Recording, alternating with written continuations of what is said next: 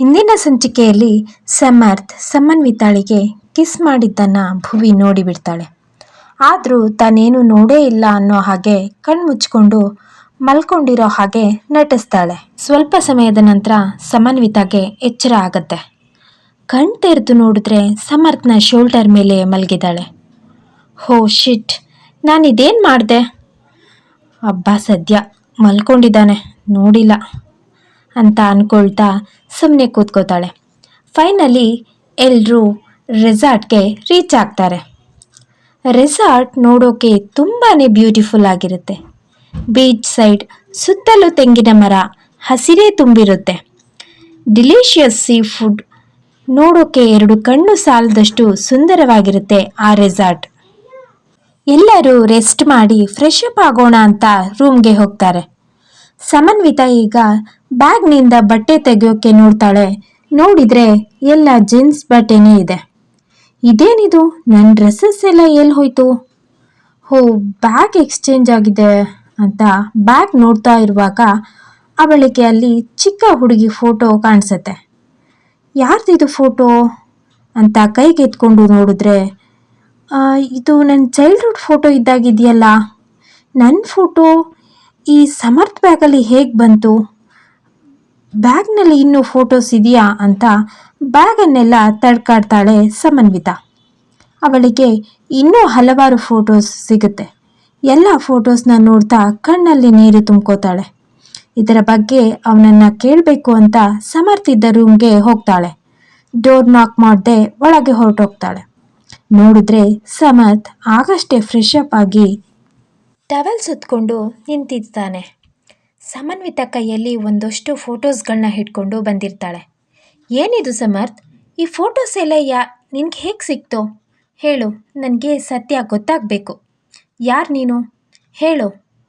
ಈ ಫೋಟೋದಲ್ಲಿರೋರು ನನ್ನ ನಿಜವಾದ ಅಪ್ಪ ಅಮ್ಮ. ಮತ್ತು ಈ ಫೋಟೋಸ್ ನೋಡು, ಇದರಲ್ಲಿರೋದು ನನ್ನ ತಮ್ಮ ಗಣಿ ಮತ್ತು ನಾನು, ನನ್ನ ಅಣ್ಣಂದರು, ಅಕ್ಕ, ಇವರೆಲ್ಲ ಇರೋ ಫೋಟೋಸ್ ನಿನ್ನ ಕೈಗೆ ಹೇಗೆ ಸಿಕ್ತು? ಹೇಳು, ನನಗಿವತ್ತು ಸತ್ಯ ಗೊತ್ತಾಗಲೇಬೇಕು. ನೀನು ಯಾರು? ಎಲ್ಲಿಂದ ಬಂದಿದ್ಯಾ? ಹೇಳು ಅಂತ ಕೇಳ್ತಾಳೆ.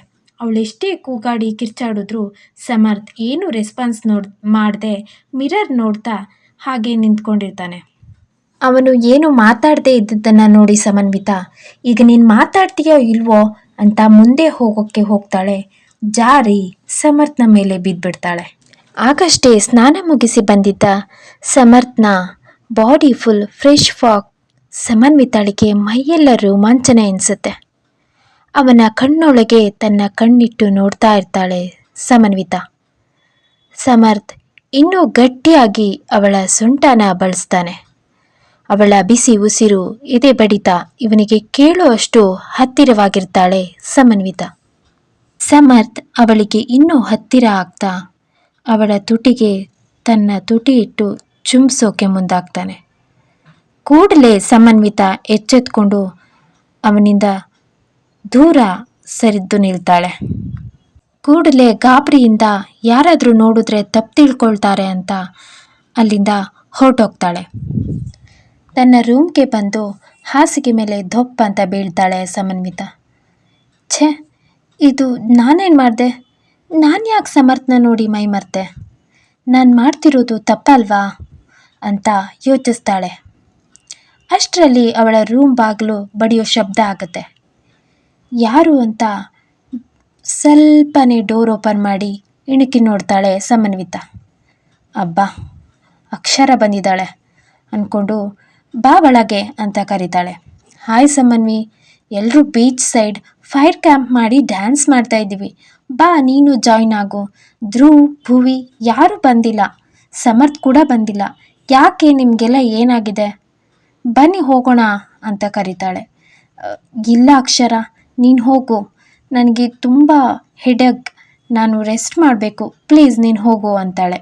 ಇಲ್ಲ, ನೀನು ಬರಲೇಬೇಕು, ನೀನು ಬರ್ದಿದ್ರೆ ಧ್ರುವ್, ಭುವಿ ಯಾರೂ ಬರಲ್ಲ, ಹೋಗು, ಅವ್ರನ್ನೆಲ್ಲ ನೀನೇ ಕರ್ಕೊಂಡು ಬಾ ಅಂತ ಹೇಳಿ ಅಲ್ಲಿಂದ ಹೊರಡ್ತಾಳೆ ಅಕ್ಷರ. ನನ್ನಿಂದ ಯಾಕೆ ಎಲ್ಲ ಫ್ರೆಂಡ್ಸ್ಗೂ ಬೇಜಾರು ಮಾಡೋದು? ನಾನು ಬೇಕು ಅಂತ ಹಾಗೆ ಮಾಡಲಿಲ್ವಲ್ಲ, ಇಟ್ಸ್ ಜಸ್ಟ್ ಆನ್ ಆಕ್ಸಿಡೆಂಟ್ ಅಷ್ಟೇ ಅಂತ ಅಂದ್ಕೊಳ್ತಾ, ಓಕೆ ಈಗ ಹೋಗಿ ಧ್ರುವನ ಕರ್ಕೊಂಡು ಬರೋಣ ಅಂತ ಹೇಳ್ತಾ ಧ್ರುವ್ನ ರೂಮ್ಗೆ ಹೋಗ್ತಾಳೆ ಸಮನ್ವಿತ.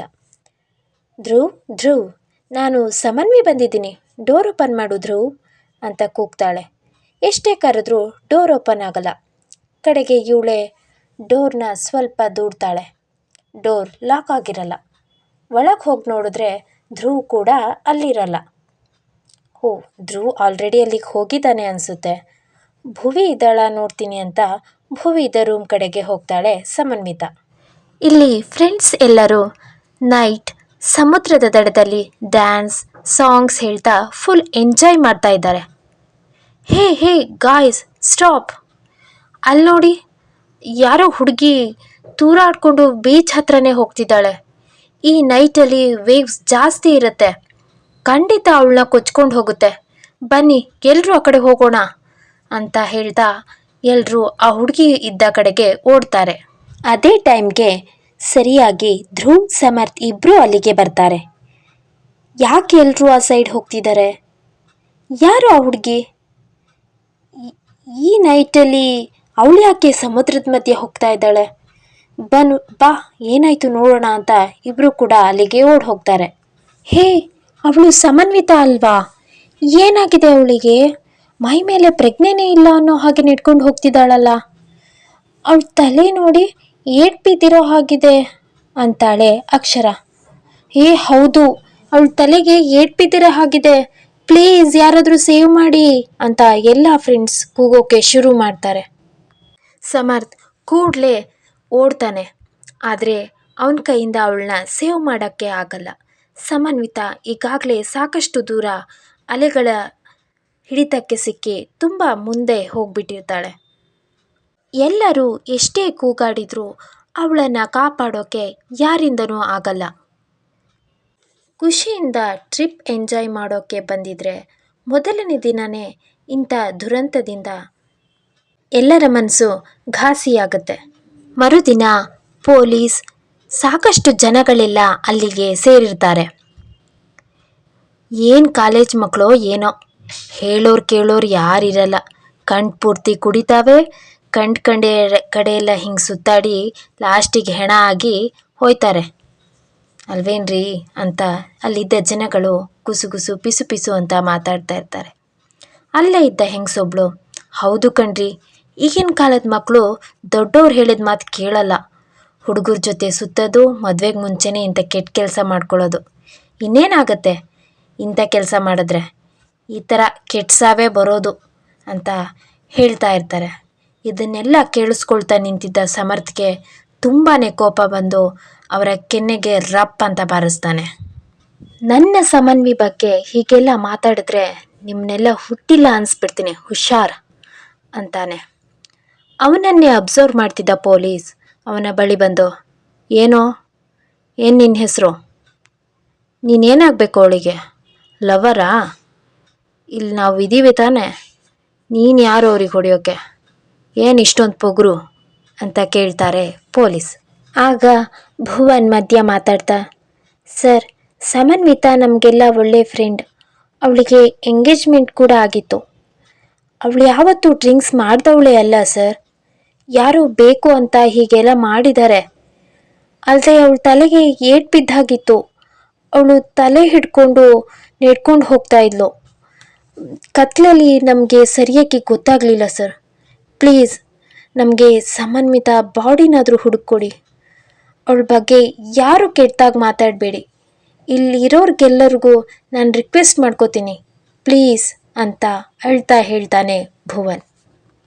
ಅಲ್ಲಿಗೆ ಕಾನ್ಸ್ಟೇಬಲ್ ಓಡ್ ಬಂದು, ಸರ್, ಎಷ್ಟು ಹುಡುಕಿದ್ರೂ ಆ ಹುಡುಗಿ ಬಾಡಿ ಸಿಗ್ತಾನೇ ಇಲ್ಲ ಸರ್, ಇನ್ನು 3 ದಿನ ಆದಮೇಲೆ ನೋಡಬೇಕಷ್ಟೆ.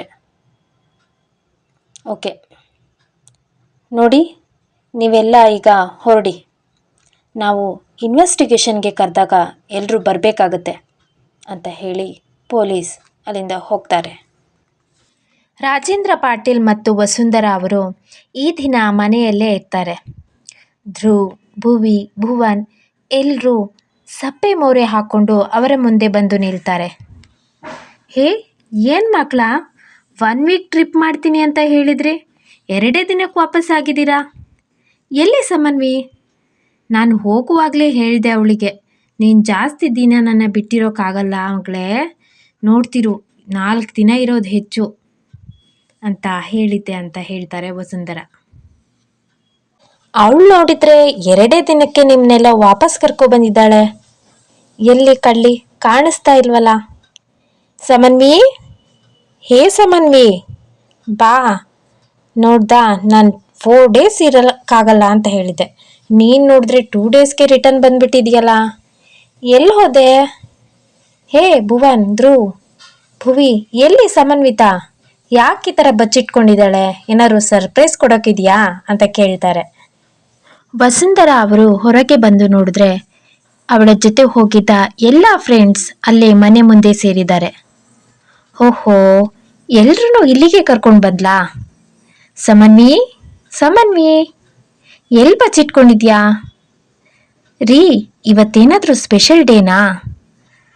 ಏನಾದರೂ ಸರ್ಪ್ರೈಸ್ ಪಾರ್ಟಿ ಕೊಡೋಕ್ಕೆ ಈ ರೀತಿ ಎಲ್ರೂ ಕರ್ಕೊಬಂದಿದ್ದಾಳಾ ಅಂತ ಕೇಳ್ತಾರೆ. ಇಲ್ವಲ್ಲ, ಇವತ್ತು ಯಾವ ಸ್ಪೆಷಲ್ ಡೇನೂ ಅಲ್ಲ. ಭುವನ್, ಧ್ರುವ್, ಎಲ್ಲಿ ಸಮನ್ವಿತಾ? ಭುವಿ ಮೊಸಳೆ ಕಣ್ಣೀರು ಹಾಕ್ತಾ ಅವರ ಬಳಿ ಬಂದು, ಮಾವ, ಅತ್ತೆ, ಅದು Samanvi, she is no more ಅಂತಾಳೆ. ರಾಜೇಂದ್ರ ಪಾಟೀಲ್ ಅವರು ಆ ಮಾತನ್ನು ಕೇಳಿ ಎದೆ ಹಿಡ್ಕೊಂಡು ನೋವಿಂದ ಕುಸ್ತು ಬಿಡ್ತಾರೆ. ಏನು ಹೇಳ್ತಿದ್ಯಾ ಭುವಿ ನೀನು? ಎಲ್ಲಿ ನಮ್ಮ ಮಗಳು? ಏನಾಯಿತು ಅವಳಿಗೆ? ಸುಮ್ಮನೆ ತಮಾಷೆ ಮಾಡಬೇಡ ನೀನು. ಅತ್ತೆ, ಭುವಿ ಹೇಳ್ತಿರೋದು ನಿಜ ಅಂತಾನೆ ಭುವನ್. ಹೇ ಭುವನ್, ನೀನು ಆ ಭುವಿ ಥರ ತಲೆ ಕೆಟ್ಟಾಗಿ ಮಾತಾಡಬೇಡ. ಧ್ರುವ್, ನೀನು ಹೇಳು, ಎಲ್ಲಿ ಸಮನ್ವಿತಾ? ಏನಾಯಿತು ಅವಳಿಗೆ? ನಿನ್ನನ್ನು ನಂಬಿ ತಾನೇ ನಾವು ಕಳಿಸಿದ್ವಿ. ಏನಾಯಿತು ನನ್ನ ಮಗಳಿಗೆ? ಹೇಳೋ ಅಂತಾಳೆ. ಆಂಟಿ, ಇವರೆಲ್ಲ ಹೇಳ್ತಿರೋದು ನಿಜ. ಸಮನ್ವಿತಾ ನೈಟ್ ಫುಲ್ ಡ್ರಿಂಕ್ಸ್ ಮಾಡಿ ಒಬ್ಬಳೇ ಸಮುದ್ರದ ಹತ್ರ ಹೋಗ್ತಾ ಇದ್ಲು. ನಮ್ಮ ಕಣ್ಮುಂದೆನೇ ಹೀಗೆಲ್ಲ ಆಗೋಯ್ತು. ನಾವೆಲ್ಲ ಎಷ್ಟೇ ಟ್ರೈ ಮಾಡಿದ್ರೂ ಅವಳನ್ನು ಸೇವ್ ಮಾಡೋಕ್ಕಾಗಲೇ ಇಲ್ಲ. ನನ್ನ ಸಮನ್ವಿ ಸಾಯೋದನ್ನು ಕಣ್ಣಾರೆ ನೋಡ್ತಿದ್ರು ನಾನು ಕಾಪಾಡ್ಕೊಳ್ಳೋಕ್ಕೆ ಆಗಲೇ ಇಲ್ಲ ಅಂತ ಅಳ್ತಾನೆ ಇದ್ರು. ಹೇಯ್, ನೀನು ಸುಳ್ಳು ಹೇಳ್ತಿದ್ಯಾ? ನನ್ನ ಸಮನ್ವಿತ ಯಾವತ್ತೂ ಡ್ರಿಂಕ್ಸ್ ಮಾಡೇ ಇಲ್ಲ. ಅವಳಿಗೆ ಆ ಸ್ಮೆಲ್ ಕಂಡ್ರೇ ಆಗಲ್ಲ. ಅವಳ ಬಗ್ಗೆ ಗೊತ್ತಿದ್ದು ಹೀಗೆ ಮಾತಾಡಬೇಡಾದ್ರು ನೀನು. ಅವಳು ಎಂಥ ಹುಡುಗಿ ಅಂತ ನಿನಗೆ ಗೊತ್ತು ತಾನೆ. ಯಾರೋ ಏನೋ ಮಾಡಿದ್ದೀರಾ ಅವಳಿಗೆ. ನಿಮ್ಮೆಲ್ಲರ ಮೇಲೂ ನಾನು ಕಂಪ್ಲೇಂಟ್ ಕೊಡ್ತೀನಿ. ಹೇಳಿ, ಏನಾಯಿತು ನನ್ನ ಮಗಳಿಗೆ ಅಂತ ಅಳ್ತಾ ಕುಸ್ತು ಕೂರ್ತಾರೆ. ಈ ಎಲ್ಲ ವಿಷಯ ತಿಳಿದ ಧ್ರುವ್ನ ತಂದೆ ವಿಜಯ್ ಅವರು ಅಲ್ಲಿಗೆ ಬರ್ತಾರೆ. ರಾಜೇಂದ್ರ ಪಾಟೀಲ್ ಮತ್ತು ವಸುಂಧರ ಅವರ ಕಂಡೀಷನ್ ನೋಡಿ ಕೂಡಲೇ ಇಬ್ಬರನ್ನು ಹಾಸ್ಪಿಟಲ್ಗೆ ಕರ್ಕೊಂಡು ಹೋಗ್ತಾರೆ. ಹಾಸ್ಪಿಟಲ್ಗೆ ಅಡ್ಮಿಟ್ ಮಾಡಿದ ನಂತರ ಅವರು ಧ್ರುವ್ನ ಬಳಿ ಬಂದು, ಧ್ರುವ್, ನಿಜ ಹೇಳು, ಸಮನ್ವಿತಾಗೆ ಏನಾಯಿತು? ಅವಳು ಇಂಥ ಸಾಧುವಾಗಿದ್ದ ಹುಡುಗಿ ಅವಳು ಹೀಗೆಲ್ಲ ಕುಡ್ಕೊಂಡು ಹೋಗೋಕ್ಕೆ ಚಾನ್ಸೇ ಇಲ್ಲ. ಏನೋ ತಪ್ಪಾಗಿದೆ ಇಲ್ಲಿ. ನೀನೆಲ್ಲಿ ಹೋಗಿದ್ದೆ? ಯಾಕೆ ಅವಳನ್ನು ಒಬ್ಳನ್ನೇ ಬಿಟ್ಟೆ ಅಂತಾರೆ ವಿಜಯ್. ಅಪ್ಪ, 1/2 ಅವರಿಂದ ಸಮನ್ವಿತಾ ಅವಳ ರೂಮ್ನಲ್ಲಿ ಇರಲೇ ಇಲ್ಲ. ನಾನು ಎಲ್ಲ ಕಡೆ ಅವಳನ್ನ ಹುಡುಕಾಡ್ದೆ. ಎಲ್ಲೋ ಫ್ರೆಂಡ್ಸ್ ಜೊತೆ ಹೊರಗೆ ಶಾಪಿಂಗ್ ಹೋಗಿದ್ದಾಳೆ ಅಂತ ಅಂದ್ಕೊಂಡು ಸುಮ್ಮನಾದೆ. ನನಗೆ ಒಬ್ಬನ ಮೇಲೆ ಡೌಟ್ ಇದೆ ಅಪ್ಪ. ಆ ಊರಿನ ಜನ ಎಲ್ಲ ಸಮನ್ವಿತಾ ಬಗ್ಗೆ ಕೆಟ್ಟದಾಗಿ ಮಾತಾಡ್ತಾ ಇರುವಾಗ ಆ ಸಮರ್ಥ್ ನನ್ನ ಸಮನ್ವಿ ಬಗ್ಗೆ ಯಾರು ಕೂಡ ಕೆಟ್ಟದಾಗಿ ಮಾತಾಡಬೇಡಿ ಅಂತ ಒತ್ತಿ ಹೇಳ್ದ. ಅವಳಿಗೆ ನನ್ನ ಜೊತೆ ಎಂಗೇಜ್ಮೆಂಟ್ ಆಗಿರೋದು ಗೊತ್ತಿದ್ದು ಕೂಡ ಅವನು ಹೇಗೆ ನನ್ನ ಸಮನ್ವಿ ಅಂತಾನೆ? ನನಗೆ ಮೊದಲಿಂದ ಅವನ ಮೇಲೆ ತುಂಬಾ ಡೌಟ್ ಇತ್ತು. ಅವನನ್ನು ವಿಚಾರಿಸಿದ್ರೆ ಸತ್ಯ ಏನು ಅಂತ ಖಂಡಿತ ಗೊತ್ತಾಗುತ್ತೆ ಅಂತ ಹೇಳ್ತಾನೆ. ಅಪ್ಪ, ನನಗೆ ನನ್ನ ಸಮನ್ವಿ ಬೇಕು ಅಪ್ಪ.